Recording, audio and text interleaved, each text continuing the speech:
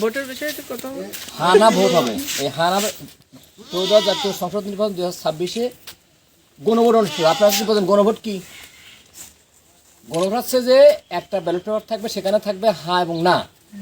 এই জুলাই যে আন্দোলন, 24শে যে জুলাই আন্দোলন, এই আন্দোলনের পক্ষে যদি থাকেন তাইলে আপনারা হচ্ছে হাতে ভোট দেবেন। আর যে আন্দোলনটাকে আপনারা সমর্থন না করেন তাহলে না ভোট। তবে সবাই কি করতেছে, জুলাই আন্দোলনের পরে এই দেশে যে বিগত সরকারের যে কার্যক্রমগুলোকে এই দেশের লোকজন ঘৃণা জানাইছে, জানানোর পর নতুন সংবিধান তারা চাচ্ছে। সে যদি আপনারা চান তাহলে হ্যাঁ, আর যদি না চান তাহলে না ভোট দেবেন। বুঝতে পারছেন কি? বুঝতে পারছেন আমি যে বললাম? আর এটি আপনারা পড়বেন।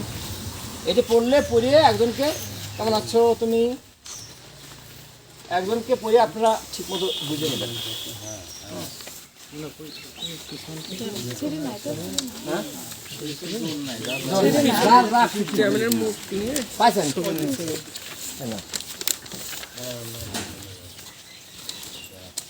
এবং প্রত্যেকেই ভোট কেন্দ্রে আসবেন, ভোট দিতে আসবেন। এসে আপনার মতামতটা আপনারা কি জানাই যাবেন। ভোট দেওয়া একজন নাগরিকের কি গণতান্ত্রিক অধিকার। গণতান্ত্রিক অধিকার। আপনি ভোট আপনি দেবেন যাকে খুশি তাকে দেবেন।